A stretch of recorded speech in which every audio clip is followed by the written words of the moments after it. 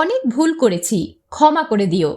বিবাহ বার্ষিকীতে স্বামীর কাছে কেন এমন স্বীকারোক্তি অভিনেত্রী রিয়া গাঙ্গুলির? কিছুদিন আগে উঠে এসেছিল অভিনেত্রী রিয়া গঙ্গোপাধ্যায় এবং অরিন্দম চক্রবর্তীর দাম্পত্য কলহের ঘটনা। সোশ্যাল মিডিয়ায় হয়েছিল ভয়ঙ্কর কাদা ছোঁড়াছুড়ি, কিন্তু কথাই বলে সময় সবকিছু ঠিক করে দেয়। আর সেভাবেই সময়ই আবার কাছে আনলো রিয়া এবং অরিন্দমকে।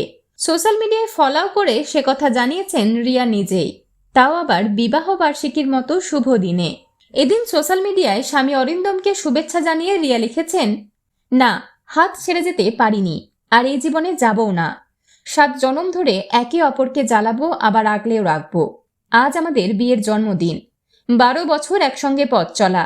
অনেক খারাপ কথাও অন্যায় করেছি সামাজিকভাবে, প্লিজ ক্ষমা করে দিও।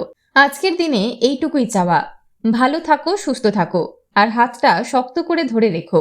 বাকি ঈশ্বর সব সামলে নেবেন।